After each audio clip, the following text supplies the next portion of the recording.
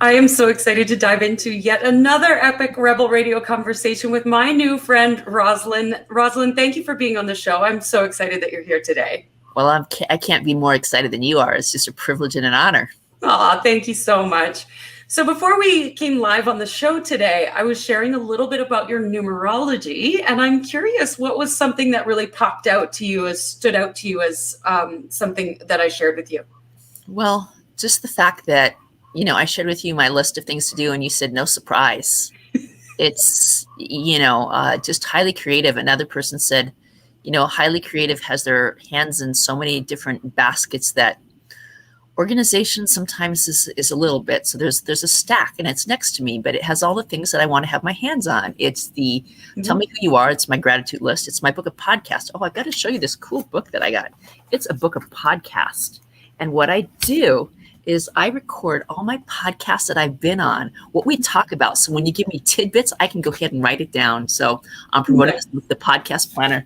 This person came on my Instagram page and they're still working on my review, but at least I showed their book up. I'll have to let them know I promoted, so they got to get my book now. There you go. I love it. A podcast planner. That's pretty organized. That's pretty organized. Hey, I write stuff down. And so from you, I learned about the power of Rebel Radio, of StreamYard and Anchor, and how the two interchange with one another. And it's a give and exchange. Every show that we come on, I give you, you give me, and we give each other. And that's the beauty of what it's all about. And, insight is power. And I think every day that we learn something, we become a better person. The moment that we stop learning, we start dying. So that's the beauty of what it's all about. What was the most fascinating thing that you said to me that you didn't expect that I reacted with? Oh, with your numerology? I think it was just that I always refer to ruling number 5s as butterfly or hummingbirds, and you just kind of here, there, and everywhere. And the look on your face when I shared it, you're like, oh, she knows me so well. I love it. So, Rosalyn, tell us a little bit about who you are, what you do, what your entrepreneurial journey has been like. Well, a person who never gives up. I was just writing this thing for the Smile book, and it's all about the obstacles are what defines you. I was listening to Viktor Frankl, and he says we have these adversities in our life, and the adversities are what fuel us, which really make us stronger. And so if I was just to reflect on, just a few things in my past life, I grew up with scoliosis, and it was kind of like my defining point as a youngster, but it became a turning point. It became a turning point because I got the chance to see up close and personal what it was like to be different than others. And so I become the voice for those who have ability first, and showing what those abilities are, and having the mindset, or going up to someone who's been in an accident and saying, I understand. Right. Those people who've lost a job, I tell them about the story of, I had left a job, and I had a job in LA for a major station. The name will be nameless. And they let me go after I was all moved in and everything. And I had 23 interviews later, I ended up in Sante Fe, New Mexico. And I said, if I could survive anywhere where I moved to a place and I knew nobody, I could do that. Mm-hmm. They say that the radio stations in New Mexico go faster than divorces. So I wanted to go ahead and look up and see what K-bomb is now, because at the time it was Spanish language radio. So I was there for about 3 months before the snowstorm hit. You don't want to Southern California in snow. So they shipped me out, and I started for a brand new affiliate of Univision, which was a Spanish language television station, which is the top of the top. And, it was like selling ice cream to Eskimos, because San Diego was a cable market and we didn't have any cable penetration. But, through my marketing finesse, I think I was able to bring over one of the clients I had from New Mexico. And I was there about a year. And at one point, I thought of getting out of it. I moved to LA, and I was in television, or I was working in television and radio. I did that for about 7 years. And when I got married, the numbers, the dates all kind of run together here now. I was going to get into teaching, and they didn't realize how hard it was that I worked in sales. And if you know about anything about sales, you're always on. You're always on. So Right. I went from the world of sales to the world of nonprofit, and I learned that nonprofit was more evil than the profit world. So I went back to the world of profit. And I've been a professor for a couple decades, changing people's lives. Um,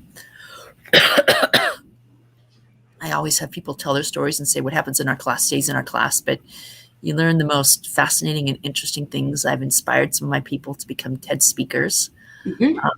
I've been on the TED stage 3 times. Nice. And one of them was about that scoliosis as a child. Mm. And, life just keeps reinventing itself. I started a series that's on IGTV. It's called Community of Unity, and it's about bringing our world together. Yes. One day I'm going to return the favor to you, and I'm going to have you interview on my show. Oh, yes, please. I would Yes. love to. I would love to. There we go. So it's just, they say success isn't necessarily defined by your bank account. Mm. It's where you can look someone in the eye and say, this is it. Yeah. I have a roof over my head, got food in the stomach, there's gasoline in the car, a few dollars in the bank. What else do I need? Mm. So I'm going to play devil's advocate here a little bit. Uh-oh. Because I teach and I believe that the more, and we talk about wealth here on Rebel Radio a lot and what wealth means to us. And for me, I'm a firm believer in the people who care having more money. Because when the people who care have more money, we can start to change the world and bring that unity into place. And right now, the control structures, whoever those powers that be might be, they control the money. And so what I am seeing in the service and coaching industry is people who are at that place where I have enough and I don't need any more. And I'm curious what your thought is around that if we are to change the world and bring unity to this world, if the coaches, the teachers, the healers, if they have more money and they're moving more money into the economy in ways that are intentional, ways that are creating unity, ways that are healing the world, wouldn't it behoove us to make more money? Well, I think it is. And let me just go through a couple of different examples. I belong to this group, and anybody who wants to feel better about themselves and get started in a brand new way, there's a group that I go to is Thrivers. And in Thrivers, we have this extreme dream. And my extreme dream, and I'll share it with you also, know that I'm very directed to what I want to do, is I'm going to be on my next TED Talk, over 5,000 people. Yes. My book is going to be an international bestseller. It's called A Message for Tomorrow's Leader. And in the direct marketing group, I'm going to become a senior VP. And so if you have some essential services that everybody pays and everybody uses and you want to decrease your expenses, I too do that. Because to have multiple forms of income is really what it's all about. And to show you that, Tony Robbins, when the economy went down, was selling essential oils. Mm-hmm. You look at all the big speakers out there, they too at one point in their life, even the president of the former president of the United States was behind the organization that I'm with. Mm-hmm. And it's everybody needs to have somewhere else. Maybe it's your gold that you have. Maybe it's the investment that you go ahead and invest in. Maybe it's the baseball cards or the trivia that you have. We all have different ways, but mm-hmm. where is this coming to? Well, there's a guy in this group. His name is John Grant, and his extreme dream is to coach over 1,000 people. And so we had an introductory session yesterday, and as we were sitting there talking, he said, "This is what I have." And I said, "It sounds great. It sounds wonderful. But I don't have that right now." Mm-hmm. And so he made an offer to me. He says, "This is what I want to do for you." And if you go across the media, there are so many different examples of people giving back. There's so many things to choose from. I can't do it all. I really wanted to go to the BNI group where I represent my group that I work with and sell home security and things like that. And I couldn't go. And so there was an email that came yesterday that there was a message from the head of BNI wanting you to know the key essence of networking and connecting. And I'm like, I wanted to, but I couldn't. And, like the same thing, there was this person I met at this event I was with last weekend at GSFE, and I hesitated whether I could go. And I paid the money, and I met this person who's the number 2 person behind the number 1 person between the TED world. And it's all about helping one another. And he says, whatever I can do to help you out. And there's just so many people who are putting their courses out there for free Mm-hmm. because people don't have.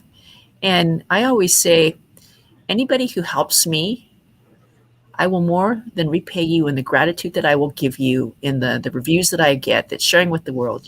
If you look at this beautiful, lovely hairstyle that I have, this is by a lady whose name is Bahia Hair and Makeup. And I met her through the guy who did my photographs, whose name is Bob Delgadillo. And they are the heart and soul. And when I finished that videos and the photos, they came out to my car and they purchased my book. And the guy said, "Hey, have you ever considered doing an audio book?" Mm-hmm. And so next week, we're going to be talking about an audiobook from my first book. And when I was at the convention last week, he must have taken a look and peek at my book. He said, "I am so impressed with your books. I want to do an exclusive to make sure that we can do all of them." And why do I tell these stories? Because we're talking about people helping one another at prices they can afford. Mm. I had a $5,000 package on my photography. And if you see any of the pictures that I'm posting, you go to the back of my book of Dogs and Roses, and there's a gorgeous picture of me in this beautiful blue, royal blue gown, looking gorgeous. And when I had to come up with the photographer, who did I want? I wanted that guy who took that picture. And so we worked out a deal with the package where I got him and I got the photographer and I got the hair and the makeup, and it was all in one deal. And he says, "This is worth $1 million." And I said, "I'm going to tell the world." And boy, so, that's my example. I mean, Yeah, and I love that, because wealth isn't just about the dollars, right? Wealth is about sharing and contributing and seeing each other's value and really moving that energy out into the world. The dollars are just a side effect of that energy of wealth, right? So I love that you share that, because it's not always about the exchange of dollars, but the exchange of energy and finding ways to work together so that you can support each other and really be of service to each other. I love it. oh, that's what it's all about. You betcha. So I'm curious, we talk about self-mastery here at Rebel Radio a lot, and it sounds like you've had quite the journey of self-mastery and self-discovery, especially with having a childhood with scoliosis, and my mom also suffers from that as well. Mm. So I'm curious, what does self-mastery mean to you? Well, I was on a show with Eric McCoy, and he is, living high on life's energy, talking about his overcoming his abuse of drugs and alcohol and things like that. And he said, when you go back to knowledge and you go to Maslow's hierarchy of needs, he said there's a higher need that was developed, and I'm going to call it transformation. And why do I tell you all this? Because in order to do anything in life, you need to love and honor yourself. Yes. And there's so many people who are missing out on who am I? And you can't get anyone to love you unless you can look in the mirror and say, "I'm good enough." There was this guy named Willis Rebick in this group called Up With People that I traveled. And I'll never forget the conversation that we had. And he looked at me one day and he said, "Rosalyn, I want you to look at the mirror one day. Look at that person and say, I love you for who you are." Yes. Who you are, the whole entire thing. There's a man in heaven who lost his life too short, and his name is Daniel Ponke. And he was my life coach, and he always said to me, "I believe in you, Rosalyn. I know there are greater things that are happening for you." And, because of my busy life, there was a post that came into my messenger that I missed, that was a friend who I don't know by name, but said, "I know that you're good friends with Daniel, and we're doing this event for him. And I don't know if you'd want to speak." And I missed it. Mm. And, his wife is such a beautiful lady, and the child, and they don't know what happened to him. But life sends us these messengers. As I sit here, I reflect on all the different people who poured into me. There was a guy when I was in high school, and his name was Chris Cox. And I just remember the way that he made me feel. And as a youngster, when I was having trouble, there was this lady named Sally Martin. I don't know what happened to Sally Martin, but there are these people who walk into our lives that we don't know the value and the virtue, and to they're nearly gone.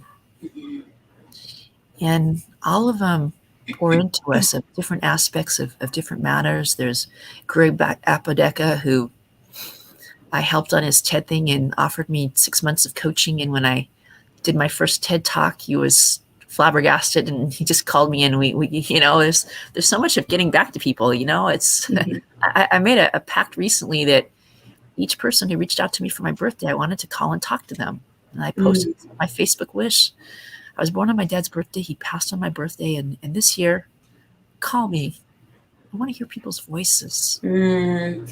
Yeah, and I think that's so important, especially in today's world where we are so disconnected, is to create that connection, right? And it's everybody texts and this and that and so on and so forth. And then, you can't just say, I called someone. What are you doing calling me? What are you doing calling me? I just send them a text and say, are you available between hour X and Y? Send me your calendar. Let's put it up there. And so all roundabout, what is mastery? Mastery is loving yourself to understand, the good and the bad and the ugly, what your strengths are and what your weaknesses are. That, as many people say, do what you're good at, and what you're not good at, find other people. So I'm persistent and powerful. And I spent 4.5 hours getting this video up, and I felt so powerful that I did it. And this 23-year-old says, Rosalyn, the video doesn't do you justice. I said, on a scale of 1 to 10, what do you give it? A 2. I'm like, okay, do it, make it happen. Right? Yeah, finding the support. We're not good at everything, right? It's fine. And as my new web designer says, I can do this for you. And no one ever asked me for a birthday gift of doing this. I said, well, I gave you a couple of leads. I figured they were worth something or whatever. And, it could happen. And he's like, it's $40. We were talking about $18. He said, well, 18 is when I did. And I said, well, if it would be easier, I can get my other guy to do it. And I've got a guy who does really good videos. And if you want someone, I'm not going to share his cost, but I have someone who can edit videos for you. And he is awesome. His name is Kenny. I love it. Doug Kenny. He's my little buddy. So the mastery, in summary, is realizing we're not perfect. And life is a process of self-discovery, of realizing the things that we can't do and we don't do. And the big one in close is, whatever you do at the end of the day, you've done the best you can, and be satisfied that that's enough.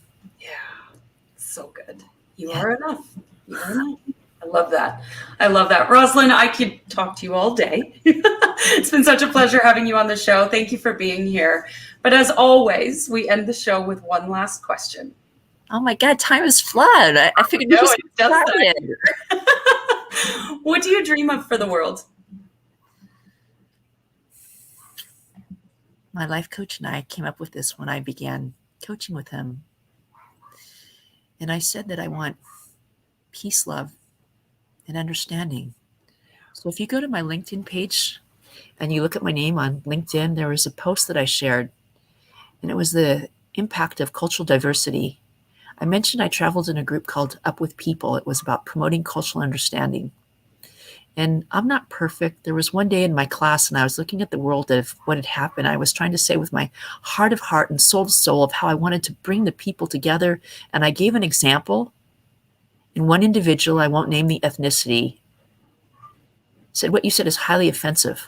I take great offense to that. And so the post is, we all have shortcomings. We have things we don't understand about ourselves, of blindness that we can't see, of how we make an impact on the world, good, bad, and indifferent. And so I think it's the responsibility of all of us, and what happened and what we've experienced in this year is take a class, do a course, pick up a book, talk to someone of a different culture, go to a different religious experience, just so that you can say that you understand. Yeah. And the more that we can come together to realize we all eat breakfast, we all eat lunch, we all eat dinner, we may pray to a different entity, we may wear different clothes, we may have different customs, but we all have a blood that goes through us. and we have a heart that joins us together. We're all human. Beautiful. Beautiful. Thank you. Thank you so much for being on the show today. Great. Well, it was truly an honor, and I know we're going to have to come back for the next part because you only got half of it.